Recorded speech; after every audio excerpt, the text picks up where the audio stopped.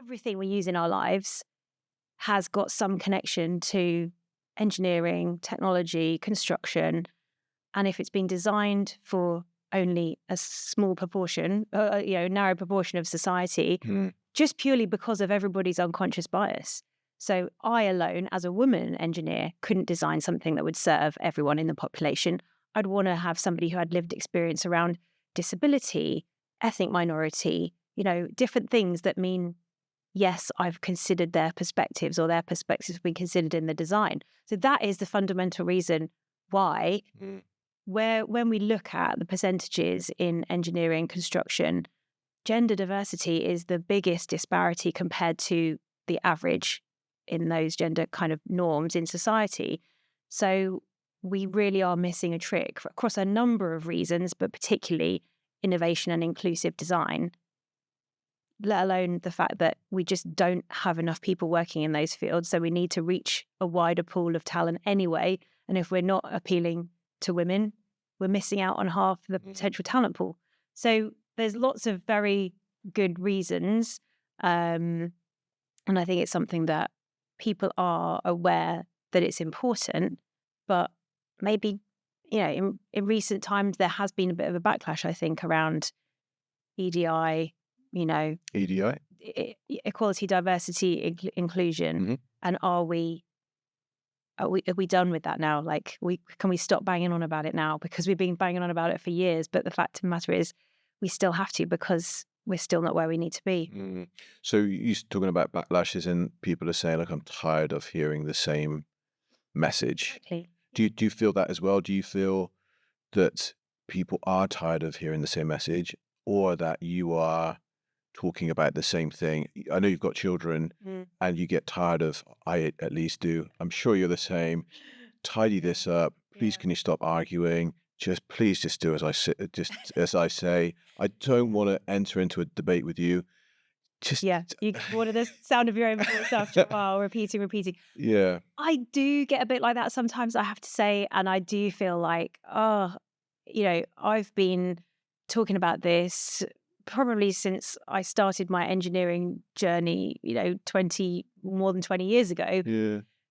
And we've still hardly moved the dial. So it does feel a bit like a broken record sometimes. But then you'll go into a school and you'll talk to a class of, 8-year-olds about engineering, and you'll get girls saying, all right, so girls can be engineers. Yes. So we can't stop talking about it, because young people need to know it's an option for them, all young people. B, the whole of society still considers engineering and other gender stereotyped careers to be those gender stereotypes, like a man doing engineering. 2/3 of people associate engineering just with men. And also companies need to recognize that, yes, we still have got a problem. You've got a problem with your talent pipeline.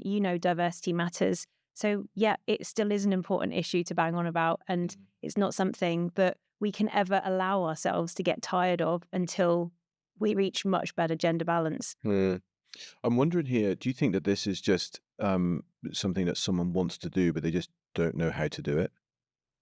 So an organization would say, yeah, I know that there's an imbalance here with gender, and I know that this needs to be done. So again, I'm breaking this down probably to my own experience that I know that you've had as well with your children, is they know that they need to tidy their room. They know that they need to go to bed, but there's just a gap between the knowledge and them actually carrying out a successful action to get the result that you're after. Yeah. And so I suppose you can look at the motivations behind people. Everybody's got their own intrinsic motivations. If you say, look at a leader of an engineering company, their motivations are to ensure that their company is sustainable in terms of, like, not just, environmentally sustainable. I mean, sustainable as in it's going to last, which means you've got to think about the future of your talent pipeline coming in, because all businesses need people. So there's that. There's also the fact that you've got to report to your shareholders or your investors about where, your business performance. And we know diverse teams have better business performance. It's just, across the board, better business outcomes. So there is intrinsic motivation, but I'm not sure. But I think it's difficult. It's not an easy fix, and there's lots of facets to it. It's not simple. So then it's kind of easier to say, well, actually, let's focus on some other things that are going to meet my motivations and give me the results that I need. And this is a hard nut to crack. But there are things that we know do work and make a difference, but you've got to be consistent with them and you've got to actually invest in them rather than hoping that the goodwill of a few enthusiastic individuals volunteering their time on top of their day job will make this happen. So that's a really good point. So what I've got a picture in my mind of now is we've got a jungle and there's a well-worn path that's easy to walk down. Mm-hmm. And then we've got someone that says you need to go over here, but the path is not sure and it's not clear. And I don't know that I've got the right equipment to try and hack back and forge a path through. So what things can you say that an organization needs to consistently do in order to forge that path so they've got another path now that is well trodden and well worn as opposed to just the current one? It's a good question because I think it's not just one path that's the problem to get you where you need to go. There's probably a few different things that, depending on the type of your organization, would give you the results that you need, or at least progress you towards that result that you're looking for. There's some really, really obvious things that some companies do well, other companies are probably completely sort of in blissful ignorance about. Things like, if you think about who you're actually trying to attract to come into your company, are you making them feel welcome through images that are on your website, the people that you have represented on your board, your senior leadership team, activities that you do, the type of work that you do? Are you giving out the right kind of messages to attract the right demographic of people that you want? So there's some, you look on some engineering company websites, for example, and you still see pictures of white men in hard hats. And if you just see a sea of that, are you going to feel like you belong as a woman coming up and looking at that company to apply to? Not appealing. No. So that's just something very simple that you can do. And a lot of people are really aware of that now. Representation matters, image matters, how your company looks to people you're trying to recruit matters. Then it's like connecting with the right people and showing them that there's a path into your industry. This is a lot of what we do in Stemazing, is trying to reach people young, like really young, like primary school age, to sow the seeds of STEM right at that point before they start to have those sort of self-limiting beliefs that come from societal stereotypes that can then mean they deselect themselves from those kind of career options. So there's that. But also actually think about how you retain your talent in your company now. Your diverse talent is super important. So things like mentoring, we know makes a big difference. 77% of companies who do mentoring say that it is a key part of retention of diverse talent in their organizations. And we know that people who have a mentor are 5 times as likely to get a promotion. So in terms of women being able to progress in their career, getting to those senior leadership positions and stay in the industry rather than dropping out because they're frustrated, glass ceiling, etc., like that is something they can do. And that is not a completely untrodden path. Lots of people are doing that. But we just need to combine these things together so we get the maximum impact of everything pulling in the right direction. So it sounds like from what you're saying that there's lots of tools and proven methods out there, but it's not all in the same kind of kit bag, as it were, that people are knowing what to use and how to get Yeah, through. and like I said, is it really prioritized and invested in correctly? Because, for example, with things like STEM outreach going into schools, a lot of companies expect people just to do that in their own time, or it's not coordinated and structured, so it's a bit ad hoc and disorganized. They're just depending on a few people being really enthusiastic and going and organizing it themselves. Whereas actually, in my view, it's such a critical piece of the puzzle that companies should be doing that in a coordinated, structured way, supporting their employees with training and actually investing by paying them their day rate to go into schools and do it. And I think now companies are cottoning onto the idea that volunteering matters, meaning and purpose for employees matters. So giving people volunteer days is great. 2 days a year is probably like what good looks like at the moment, which is better than nothing for sure. But even that 2 days a year, some companies don't give any support financially for people to go into inspiring the next generation. And then the senior leadership team are like wondering where their future pipeline is when they're not doing anything to make it happen. I'm wondering here, and this is a really radical idea, and feel free to reach across the table and strangle me if you want to. But should we not just bypass schools and just go straight to the children? And the reason I say that is because my children are influenced by school, yes, but they have been influenced more by social media Mm. than they have by their teachers. And I've got two teachers in my family, and they are so caught up with delivering a curriculum that thinking anything outside of that Mm. is not a stretch to them because they don't want to, or because they're incompetent, or because of anything negative. Yeah. But it's just so all-encompassing, Mm. just trying to deliver the things that's contained within that curriculum. And if they don't do that, then they are not graded in an acceptable way that will lead to them losing their job. Yeah. No, I don't think we should put any more on teachers. Absolutely not. Teachers have got more than a full-time job as it is.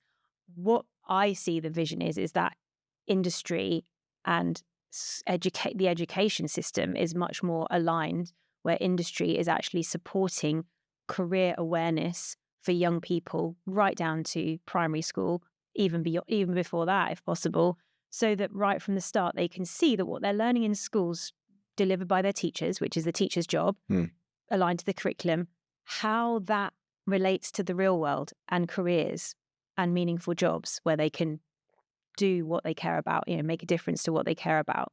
So I think it's people in industry going into schools to take the load off the teacher with regard to career awareness, take the load off the teacher with regard to having to think of, say, practical science experiments to link the curriculum to some real world problem solving. Actually, we can do that in industry. Yes, we need to fit it into the timetable, and that's easier in primary school than it is in secondary school. So why not take advantage of that and go and do STEM sessions delivered by industry in primary schools as a absolute something that should be completely standard across every primary school. And it's not for the teacher to sort out. Okay, it's just something that we as industry offer, deliver, take the load of. I do also think you've got a really good point there around other forms of influence, and the media, social media, books, literature, all of that matters. And you're seeing now some like influencers on social media who have that positive influence around careers and role modeling and things that I think is absolutely fantastic. And yeah, we absolutely need more of that. But I think, again, it can't be just one solution. I think it has to be a holistic view of all the different ways that young people are influenced. I think you're doing something similar with Stemazing, aren't you? Around someone that is talking about their role and how they got into the role. Can you just go into that, and then what you found the good outcomes have come from taking that approach? Yeah. So our whole aim in Stemazing is to get diverse role models in front of young children. So around the age of 7 to 9, we try and target that age group where we will get female role models or non-binary role models from industry who are in STEM roles going into classrooms and delivering a series, so not just one, a series of Stemazing Kids workshops, which are all hands-on, interactive, where the kids make and test something themselves using simple materials, and they get to take it home. So they talk to their families about it. And that's another kind of thing of like influencing the influencers, because you show parents and carers these opportunities for kids, then they can start to see how that might work for their child rather than having no awareness as well. So it's all about diverse role models opening the eyes of young children to STEM as a, not just this ethereal thing they don't know what it even means or stands for, and not just standalone science and maths lessons, but the combination of all of that and how that comes together in the real world with real and relatable role models, not role models that are like, got a whole list of PhDs and won loads and loads of prizes and awards and, famous, literally people, everyday people that they might come across on the street that they had no idea they were an engineer before. And now they can see, oh, that person kind of looks like me. I can relate to them, and they're an engineer and they're doing cool stuff. So that's exactly what we do. So it's like giving kids the opportunity for hands-on STEM, which they don't get to do very often at any age, unfortunately, like practical science experiments, have really diminished in terms of what teachers can offer because, like you say, they're maxed out, and it takes time and effort to give kids that opportunity and confidence on the part of the teacher as well. So it's easier to do something on worksheets than it is to go and actually run a proper experiment. So we give them that opportunity, and it's opening their eyes to those kind of maybe challenging those gender stereotypes at the same time. Especially when you've got a class of 30 and you've got one teacher there. It's I remember, it reminds me now, when I was at school, I was a nightmare at school. We were Can't imagine that. We were in, I was terrible.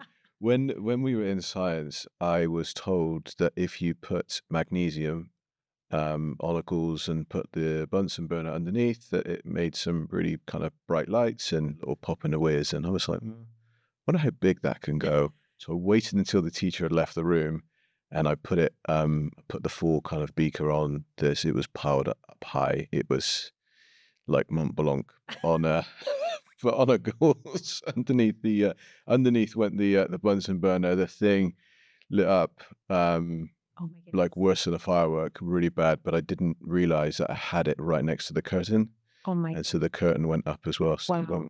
Without a teacher in the room. That is unbelievable. I was in trouble I bet you were. when that Oh came. my God, I bet you got the teacher into trouble as well. Left you unsupervised with that. Oh my God. I don't know, but but I had loads of questions as a child, and I didn't find that school answered those questions because I wasn't able to just experiment and try with the guidance of a responsible adult to say, hey, Darren, you know, where you're doing that there, you're going to get an unintended consequence. Yeah.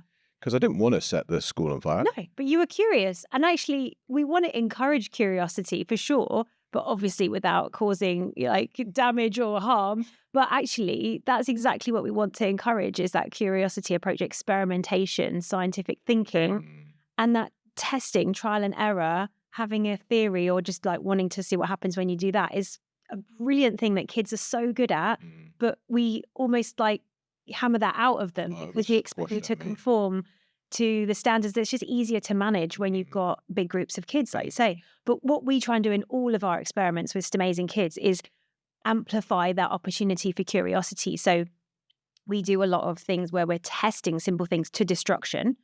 And we say, like, you know, what max load can you apply to this tower to make it collapse? Like, let's actually make it fail and see what happens.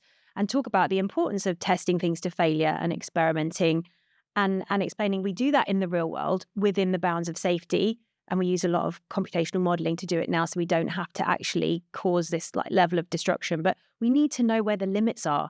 And as humans, we want to know where the limits are. That's like part of our nature. And that's in all of us. We're all natural engineers and scientists at heart. We just need to keep nurturing and fostering that in a manageable, safe way because, I don't think our curriculum does, unfortunately. And then that the whole creativity element of it as well. Like it's not just science and maths. It's creativity. It's all art in action. And that is, can be what appeals to girls. And if we make those connections, we're going to get more girls thinking this could be something I could do. I've got 3 girls and all 3 of them test the limits. Love it. Which is effectively what science is all about. Yeah. Where are my limits? And we do it all the time, especially when we go to fun parks.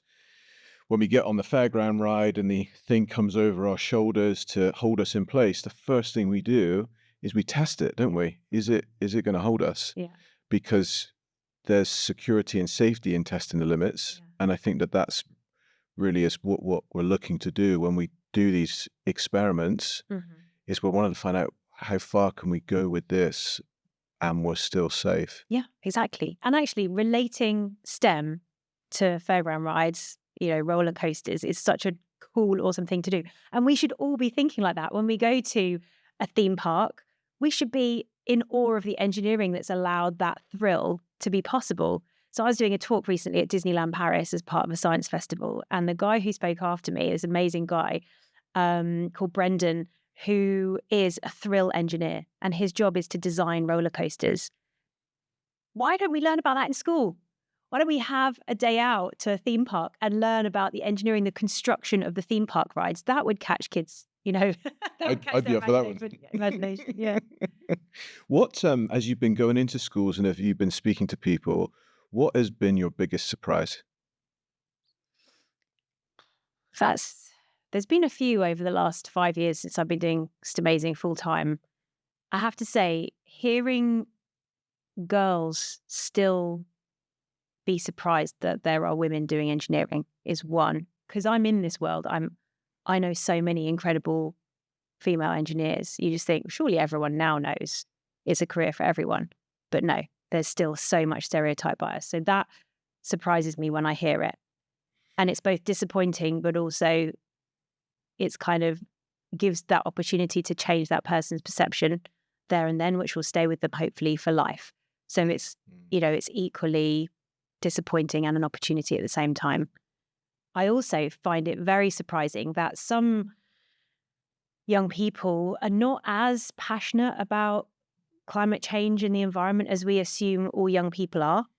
And that's surprising to me also a disappointing, but seeing the opportunity kind of there, because you think, well, again, it's because engineering is not in the curriculum. Climate change is not in the curriculum.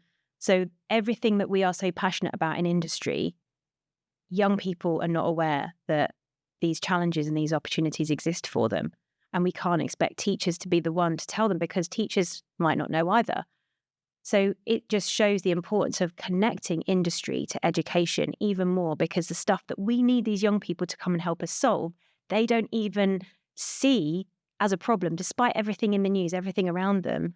I'm really surprised by sometimes in some schools, in some areas, and I have to say there probably is, this is anecdotally, but probably is a link to areas of deprivation, where there is a real sense of apathy about their options to do anything that makes a difference. And that is, shockingly sad to me. How does that manifest itself then when you're actually with the children and these things are made apparent? How does it manifest? I feel it like physically in my body, like it's almost like a physical wound, that I think this is so important that we do something about this. And we're like, as adults, we're like blissfully kind of like going on through our lives thinking that what we know is important, that young people will know is important, that they'll somehow come and find all the solutions to the mess that we've created. And actually, that is not always the case.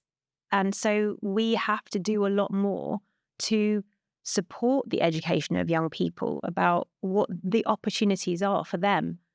And it really feels like for me that I put so much of my personal energy into this, and I feel like it's so obvious to me that we all need to be doing more of this. But, at the end of the day, companies' profits and bottom line is the main focus. And there is maybe a kind of a feeling of we've got time still to sort this out. But I don't think we have. This is absolutely urgent now. And, if we'd have started doing this 10 years ago and going into every single primary school in the UK to educate them more about opportunities in engineering and the environment, those people would now be getting jobs in those careers, and we might have solved the problem. But we're not doing that. We're still not taking a long enough vision and view and strategic approach to solving the problem. We're still having, like in most businesses, like a couple of years horizon. I'm interested now just in understanding what your plea is for school teachers or school heads, and what your plea would be to parents. I'm assuming that they would be different. Yeah. So for teachers, I say, first of all, thank you for doing an amazing job. And I know you are absolutely maxed out and super busy. But if you can create an opportunity for STEM ambassadors to come in and volunteer to run STEM sessions for your young people, it will have such a positive impact on them and you as the teacher. So even though it can be overwhelming and hard to think, how can we create like an extra hour in the day to be able to have this extra session? Actually, what we hope is that it complements and supplements what they're learning already in the curriculum, because it's linked to the curriculum, and that it will give those kids, extra things that will inspire them and make them even more engaged learners. So it's beneficial for the teachers, but we have to work together on that collaboratively to make the time and space for it, because I know school days are busy. So for heads of schools, it's really like, with your leadership and vision, can you integrate that into your plan for young people's education so that you do encourage all staff to make the space for it? And of course, that involves communication with companies that are providing this support, and very often completely fully funded and doesn't require any cost from the school. So it's such a great opportunity, but they need to be proactive about getting involved with it. And for parents, again, I think parents are overwhelmed. Parents have got difficult jobs, earning the money, keeping their bills paid and the roof over the head. And I really get it, especially in deprived areas in the country where we still have so many in the UK. And again, if you're not in one of those areas, sometimes you can be completely oblivious of what situation a lot of people are going through in this country. So, to then be thinking, how can I open the eyes of my kids to different careers that I don't even know exist? You don't know what you don't know. It's impossible. So finding opportunities where kids can stretch their curiosity and learn something new. And there are loads of opportunities out there, like science fairs, different things that are going on around the country that are free to attend, but need time and effort to get the children there. Or even encouraging, like you said, like with social media, follow someone who's an engineer on Instagram, on TikTok, see what they're doing, and just chat to your kids about it. We always try and encourage families to carry on experimenting at home. So where we've had a young person, say, for example, make their mini wind turbine in one of our sessions, and it's really simple. All it needs is paper, blue tack, a straw, and some wooden skewers. So you could get those materials again at home, make more, make them bigger, make them smaller, like try, different designs, and just experiment with it.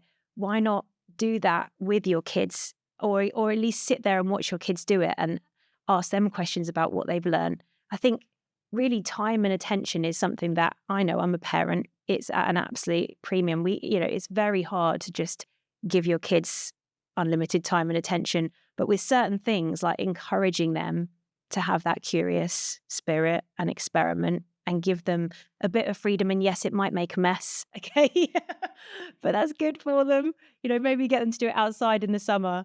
We've got lots of Stemazing kids resources and sort of inspiration on our website on a page called Stemspiration. And they're all really simple things. Just using household resources, you can make magnetic slime, you could make energy poppers, you can make catapults, and all of it just from really simple stuff. But we talk about the science and engineering behind those connected to real life jobs. And so just let your kids have fun with it. And get messy. Yeah, exactly. Just don't burn the curtains. Yeah. Ideally, yeah. So how can schools go about getting involved or getting other organizations involved in STEM-led? Is there a simple and easy way for them to do that? Yes, because there's lots of organizations offering these solutions. So STEM Learning is the main national body for connecting STEM ambassadors from industry into schools in the UK.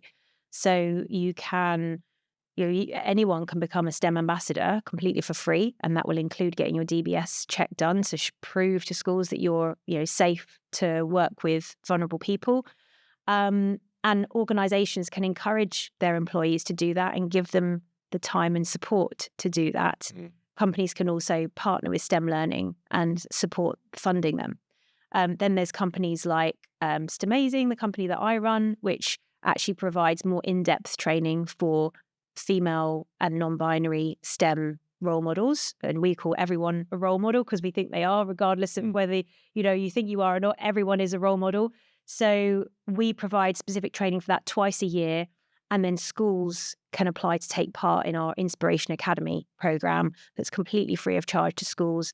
And we'll match up one of our trained role models into your school who will deliver 4 Stemazing Kids sessions. And we provide all the resources to the schools for them to do it.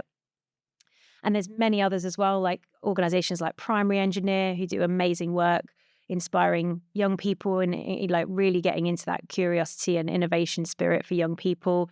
Tech She Can, STEMettes, like there's just so many organizations out there, which I think is maybe part of the challenge, is that almost like it's overwhelming. Who do I go to for this?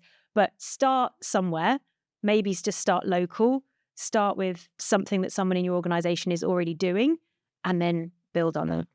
So I'm going to narrow this down. So if someone is listening to this or watching this and they think, you know what, I think Alex is great. How do I get Stemazing involved? Just talk me through what a teacher or a head would want to do. My sister-in-law is a deputy head for a primary school. Amazing. So I'm speaking to her now. What is it, or you're speaking to her now, should I say, what is it that she needs to do? So on our website, stemazing.co.uk, we have a page that's literally says schools, and you can click on that and it will tell you the different ways you can get involved with us. There's our main program is the Inspiration Academy that runs twice a year, and your school. So, for a primary school, say you've got 2 classes in year 3, 2 classes in year 4. So 4 classes in total, we could deliver Stemazing Kids sessions run by 4 different Stemazing role models into your school. And we would provide you all the resources to do it. We'd literally post them to your school. And you apply by filling out a registration form on our website. Registration opens in January every year and in July every year. And then the programs start in March and September and then run through until the summer and Christmas. So basically in that time, we'll liaise with you exactly when the sessions are going to happen, exactly who your role model will be, exactly how many kids will take part.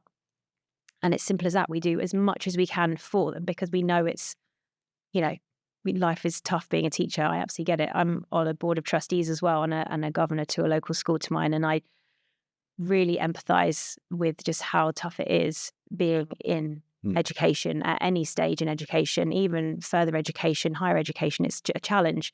So we have to do as much as we can to support them. And that's what we try and do. That's why we exist. Do you cover the whole country?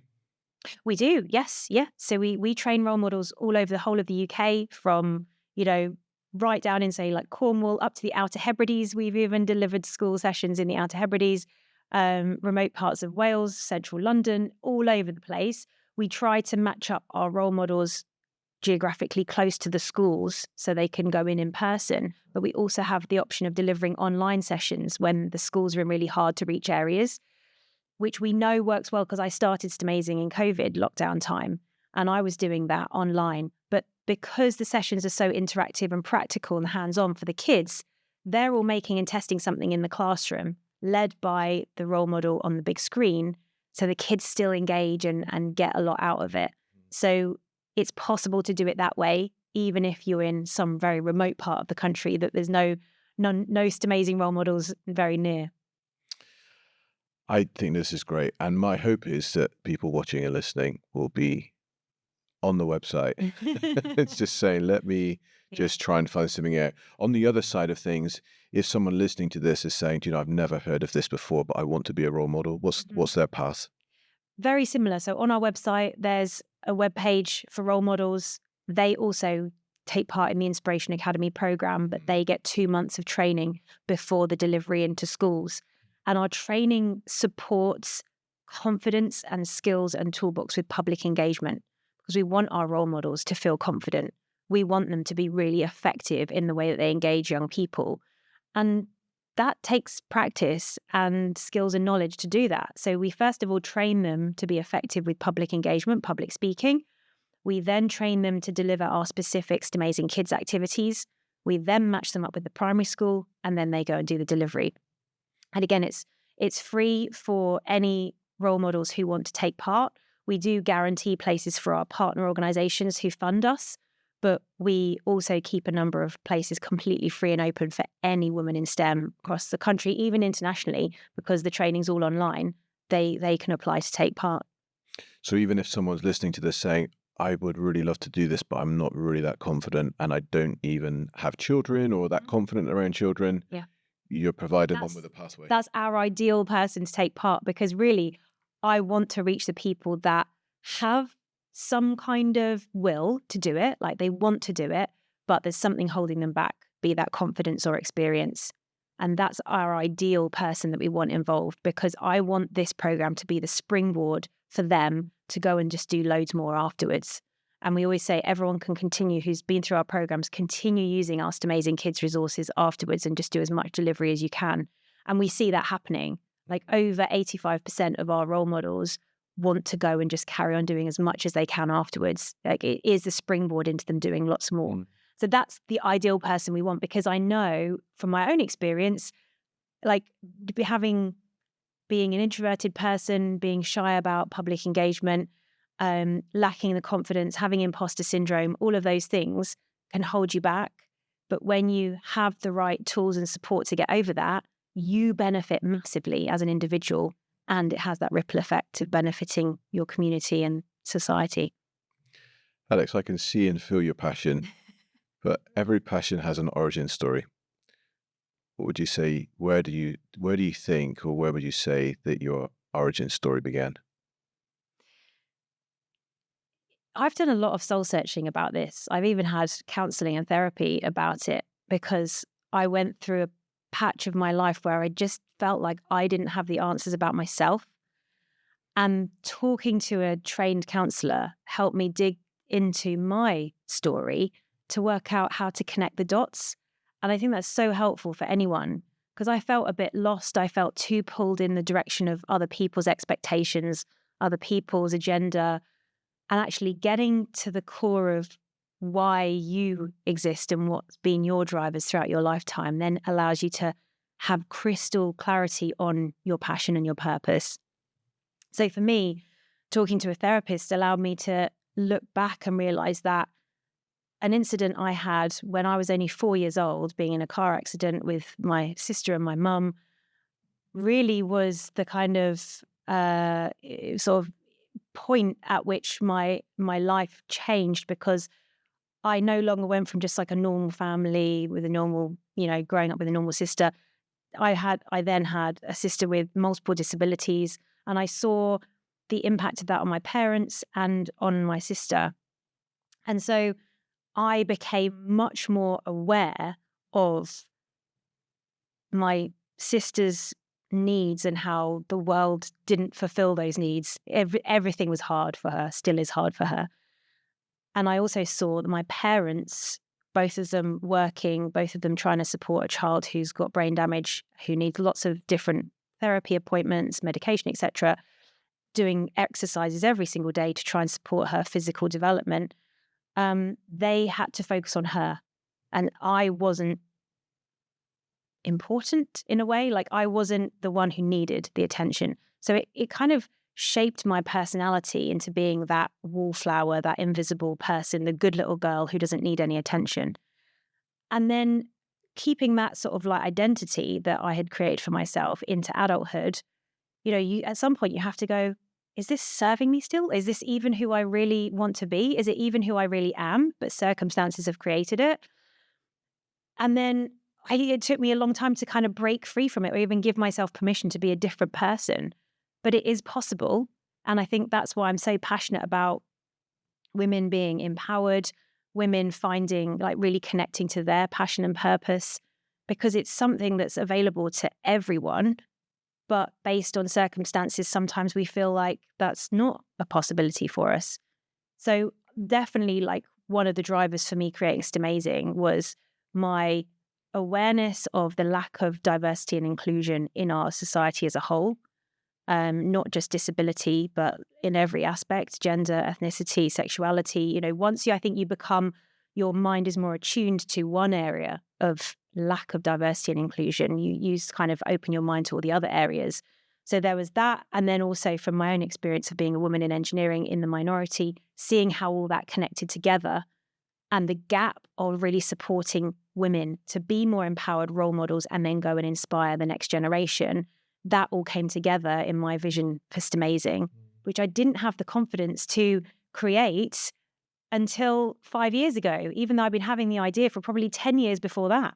But it took me to a point where I had to kind of build enough self-confidence to almost let go of all the labels and all of the kind of external validation that I needed by being given a job title and a salary by someone else that made me feel important and made me feel worthy and valued. I had to let all that go so I could just go, I'm free to do my own thing, what I feel really, really matters.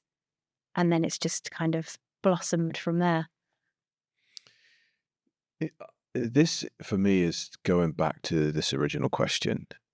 which is why does there need to be a focus on, or even need to be more females in STEM? Why is that even a thing? And I think that the response and the experience that you've had, for me, answers the question in a different way than I've heard from anyone else, which is it's not about other people needing more representation so that they can serve other people. It's about other people out there that have got a talent, or that have got a light, or that have got an ability, or that have got a calling, or call it what you will. But at the moment, it's covered and it's hidden. And what they need to do is they need to reveal themselves and come and make a difference. I love that. Because without that, they remain that wallflower, they remain that person that's hidden. And actually, it's not about trying to get every single female to come into engineering.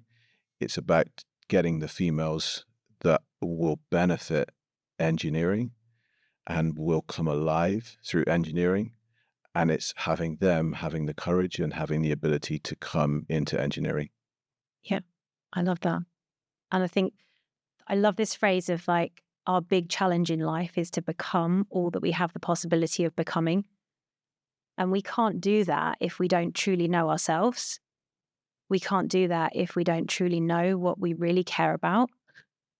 And until you get some experience of being involved in something really meaningful, purposeful, that ignites your passion, then it's almost you're just like fumbling around in the dark for that kind of clarity of purpose of what even is that potential that I have the possibility of becoming. And I think one of the things you said there, like actually it's a two-way thing. Going into engineering could be that young girl's calling that she is completely blocked off to at the moment. And then by her going into engineering, she'll massively benefit the engineering field itself. So it's definitely a two-way benefit. It benefits individuals, it benefits our industry. Yeah, no, I think I love the way that you put that. That's very powerful. I think also the other thing, just as I'm considering this, is that when it comes to someone living a life, they can have the opportunity to live a second-class life, or they can live a first-class life, where at the end of their life, everyone goes out the same. I don't want to sound morbid, but everyone goes out the same.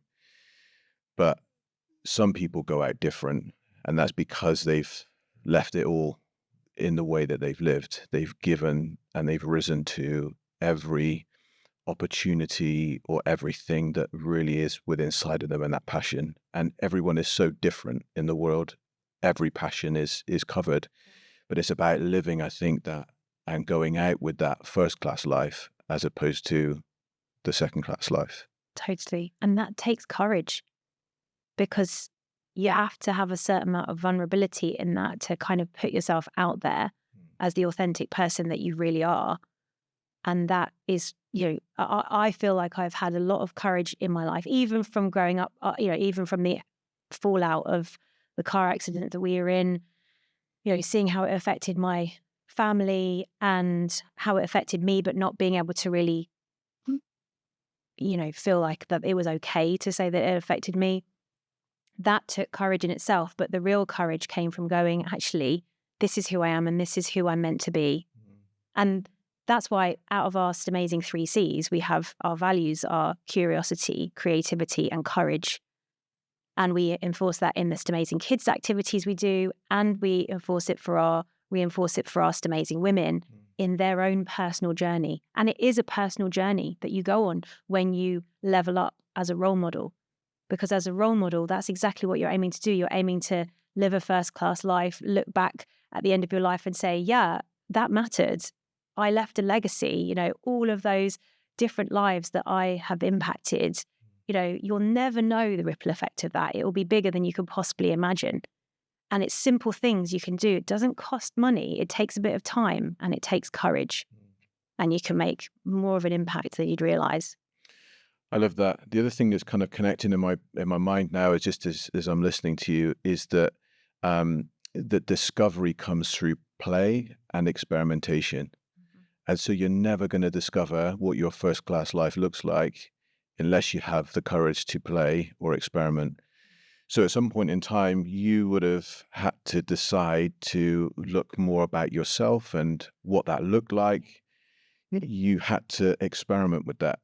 And you can say that that's play, and I'm sure in the true sense of the word play, it gets messy, right? Yeah, Things it does. things get messy, It does get but being messy is okay. It's okay to get messy. It's okay. And we have to give ourselves permission to do that in every sense of the word. I think when you're discovering the person that you really are versus what everyone expects you to be or what you've been up until now, that can get messy in ways involving people around you, people that you love, that, can be hard going through that because you're essentially like recreating the version of you that you know is true, but maybe they don't expect that. And so that can be hard in itself.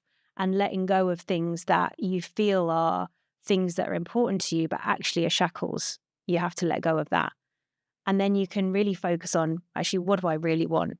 I mean, before we started this, I was saying how I moved up to Northumberland 3.5 years ago. One of the reasons we did that was because it's significantly cheaper to own a house in Northumberland than it is in Surrey, where we were living before. And one of the things I had to let go of was a salary initially. That took courage. And I couldn't start Stemazing and just like create a salary for myself from nothing. So I had to say, and it was a joint decision with my husband, but how are we going to make this work? This is now something I've realized I have to do. I won't be happy unless I'm fulfilled, unless I try this, but we have to make significant changes to our life. So together we decided, let's halve our mortgage by buying a house up there. And it's turned out brilliantly. We love it. That could have gone the other way there. And a lot of people in my life and my family even thought I was completely mental doing that. I thought I was mad. And so you have to just be real, like have real courage of conviction and just go like, I'm going to do this. And it is an experiment, but take it as an experiment. I'm going to try it for a year, 2 years, 3 years. If it doesn't work out, I'll find another plan. Have faith in yourself that you will find another plan. But if you don't experiment, if you don't play with options in life, you're going to be playing small. And it sounds like you really have gone from a second class to a first class life from the way that you're speaking. Yeah. I mean, you could look on paper like I don't have the big job title that I used to have. I don't have, the same salary I used to have. We don't live in like, the successful part of, everyone sees a successful part of the world, commuter belt to London, all that. But I am so much happier and so much more fulfilled. And I have so much more freedom in my life. And when I actually looked at what are my values, freedom came out really high. Freedom to spend my time and energy on stuff that really matters to me. And money actually was way down the list. I mean, you need some money. And I'm privileged that I've got enough money and we'd already paid off a fair bit of our mortgage to be able to still have a house. But, I don't need the big holidays. I like going camping. And now when we go on holiday, we Airbnb our house out because people like coming to stay in the countryside. And that pays for our holidays. So you just have to think outside the box a bit. Lovely. Alex, I'm wondering now what advice you would give to the younger version of yourself. So the younger version of yourself would be someone that is about 13, 14 years old. As a female, you're deciding what type of woman or girl am I going to be.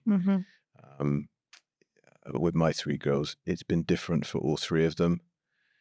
But it has been challenging for all 3 of them to find out what that looks like. Yeah. What advice would you give to your previous self that you think that other people listening may be able to benefit from? If I think back to my 13-year-old self, I really wasn't happy. I was very frustrated with my life, but didn't feel like I could really voice what was wrong with me or what mattered to me or what my frustrations were. I felt enormous expectation of like sort of keeping my family together. I was the one who was the good little girl who could, a real people pleaser, could like bring the family together when it was falling apart. I felt like that was my job. And I think if I could go back and say to Alex, 13-year-old Alex, that you do not have to fix everything for everyone else. Things will work out better if you work out what makes you happy and you actually voice up to people that love you like what you need.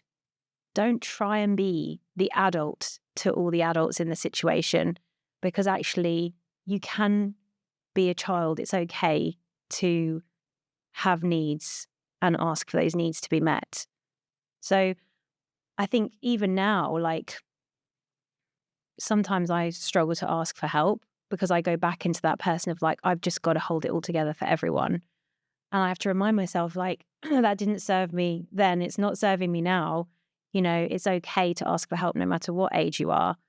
And it's really, really important that you practice using your voice to work out what you care about and what's important to you and what you need. And really, you can't do that in your own head. You have to talk to people about it. And ideally, people that you love and love you, so that it's a safe space to talk about it. I ended up having to get counseling, therapy to help, because I felt like I needed someone independent to be able to voice those things. Now I know it's safe to voice it. And I voiced it on all sorts of different platforms. Even doing my TEDx talk was being so vulnerable for me, telling my story to a big audience, because I realize now that matters. And hopefully that will benefit other people, because it will make them realize they can do the same. And it doesn't matter what age you are, you need to use your voice to tell people what you care about and also what you need. So using this platform then, Alex, using those words, you'll need help with something right now. Someone will be listening, and they will have all of the resources that you need for the help that you need. What help do you need from them?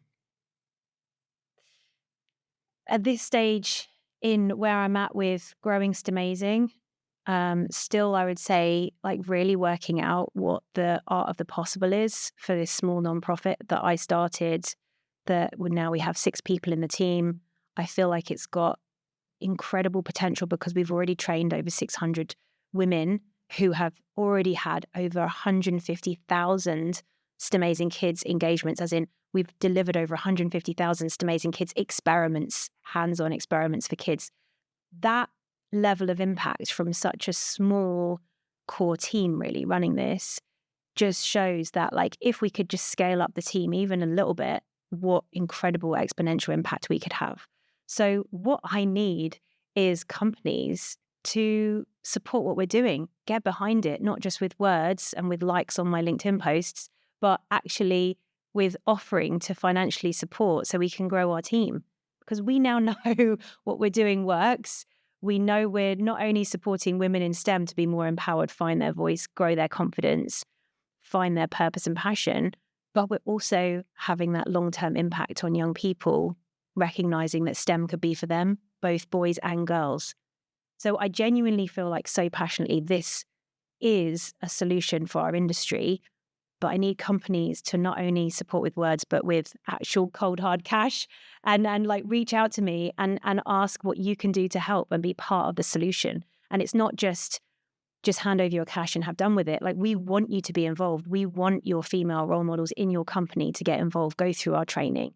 All that will be part of your involvement with us. So it is a proactive involvement, and that's what I need. Sometimes it is hard to ask for what you need, because you kind of want to just say, you know, we're great, we're doing this great stuff, yeah, it's all working really well, but it won't be here in a year's time if we don't get support from organizations who ultimately are going to benefit from this themselves as well. None of us can do this alone. We need allies, we need community, and that is where the power comes from, the sustainable power, because actually you can have so much motivation and drive on your own, but without that sort of community supporting you along the way, you'll just burn out. So yeah, for me, definitely having male allies along the way, men that I worked with, mentors that I had through work and outside of work, who helped me believe in my capability and my value, and ultimately then building my confidence for me to think, okay, what is it I'm meant to do on this earth? Why am I here? And finding that ultimate purpose. And that's why, as part of everything I'm doing with Stemazing, you know, the other programs that I support, community and allies is a key part of it.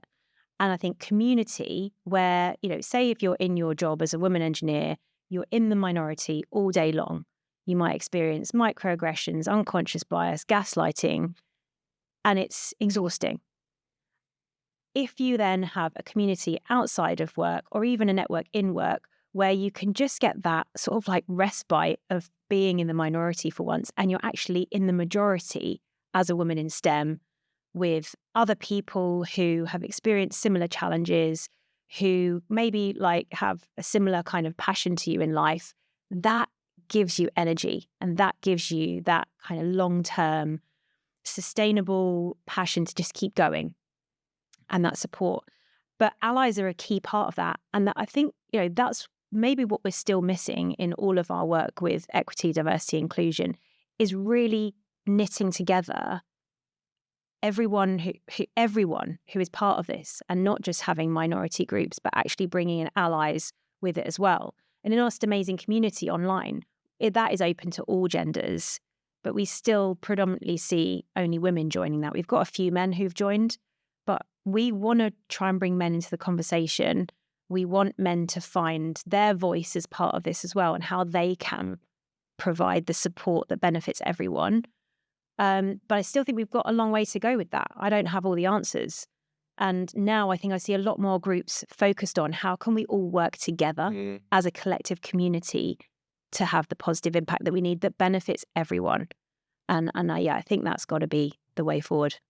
I think you touched on a really good point there, because as a male, I would feel cautious about approaching Stemazing, because I know what Stemazing's goal and objective is, and I would question the relevance or the impact that I would be able to have in that group.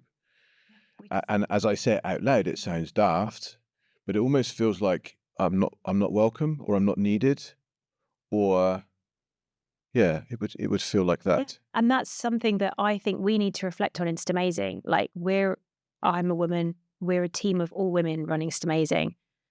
And we've built this community of hundreds and hundreds of female volunteers who do our STEM outreach. But what we've then realized, probably only in the last year, is that we're missing a huge part of the puzzle, which is the support that we need to really progress this agenda with allies. And so we've advertised the fact that we have a community for all genders, but our core mission is still to get women in STEM in front of primary children. But our community is really more like, how do we support women in STEM right now? The mentoring angle. So the mentor programs we run, mentors can be any gender. It's not just for women, but the mentees are just women. So we're trying to find how our niche fits into the bigger picture, where we can bring in all genders so that we're all allies to each other, whilst still solving the main crux of the problem, which is that we don't have enough women in STEM. It's like that balance. And I think that's maybe what we're struggling with. And we probably need actually the viewpoint of men to say, well, actually, if you did this, if you changed how you promoted that, or if you did this angle, we'd feel welcome. Yeah, that's a good point. And maybe I think definitely asking men about that, where the barriers are, where the perception is for them, would be, I think, a great experiment to do. I think it could be a messy one, because it could bring up things that may feel uncomfortable. But I think as long as you're willing to be uncomfortable and be in the mess, then you'll order it and sort it out. The thing that keeps coming to mind for me is the abolition of slavery. So the very, very few times that is spoken about, do people recognize the white people that were instrumental in that whole process, because black people alone couldn't make that happen. So we're talking here about the Atlantic slave trade here specifically, but you needed white people in order for black people to be free. It couldn't just be done with black people. And so although the topic is different, the principle is the same, where you're looking for females to realize and understand, actually, the shackles of, I need to be shoehorned into this type of role. I can't do this. This is out of bounds for me. You need both males and females to be part of that, solving that puzzle. Yeah. And I think, when you said it can be messy, I think that's exactly right. And why people shy away from it, because people are scared of saying the wrong thing, doing the wrong thing, but we all have to be in it together. So white people supporting people who are any sort of ethnicity, we need to come together to support each other with that without making it seem like it's white people, solving everybody's problems and leading the way with everything. It's that balance of like giving people in the minority the voice, the power, the influence, empowering them to, fulfill their potential, lead a first-class life like we've talked about before, without like just saying it's down to you to solve this all by yourself. And the same with gender. We don't want men to come on and sort of say, right, I'm the white knight on the horse solving all of your problems. Leave it to me, ladies. I'll sort this all out. But we need you to come in and say, what can I do to help? Where, what levers can I pull, or where can I invest that will actually help you? What doors can I open for you? And then open those doors, let the women walk through those doors, give them the empowerment, let them build the position and the influence and the voice that they deserve, but recognize that we're all benefiting from that. And I don't have all the answers, and this is why I think it's so messy. Even somebody who's working in this space day in, day out, it's not easy to see the clear path forward. But I think unless we work together, unless we have those difficult, challenging conversations, unless we're really honest with how do we feel about this, where do I feel uncomfortable, like we're not going to understand each other and therefore be able to pull completely in the same direction. I think what you said there is really powerful, that you don't have all the answers, because it's not about having the answers right now. It's about discovering them. And that's the whole premise of engineering and science and art. It's a process of discovery. Yeah. But we all have to be on board with the fact that it's not going to be straightforward, and we'll have one hypothesis, test it, and it will fail. And we can't just walk away and throw our hands up in the air and say, well, that was a disaster.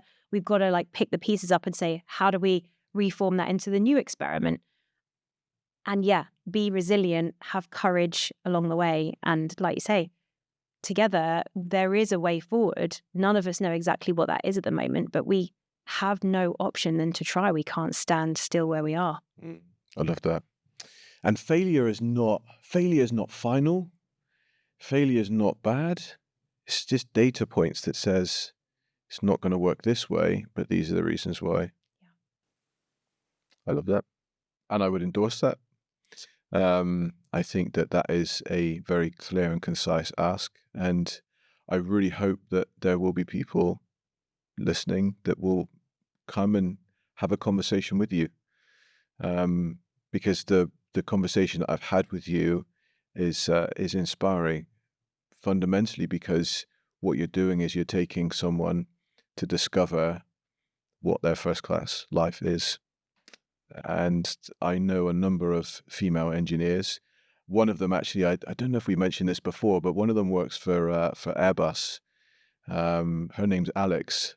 And when people see her name written down, they assume it's a male Alex. And so I'm sure you've had that a number of times, right? And so they're speaking, hey, it's Alex. They're like, who? Yeah. That Alex that you've been sending emails to for the last however many months. Yeah. And she absolutely loves what it is that she does, and she makes a huge difference. And so I would say that there are other Alexes or other females out there that just are needing to discover that their life can be first class. Absolutely. Through solving problems, through experiment, through play. Yeah. But Alex, it's been great having you here on the podcast. I've loved listening to and being part of this conversation. Thanks, Darren. It's been a pleasure. Thanks. Really good talking to you. Thanks for watching to the end. I think that you'll like this, but before you do that, just make sure that you've commented and liked below, and also that you subscribed.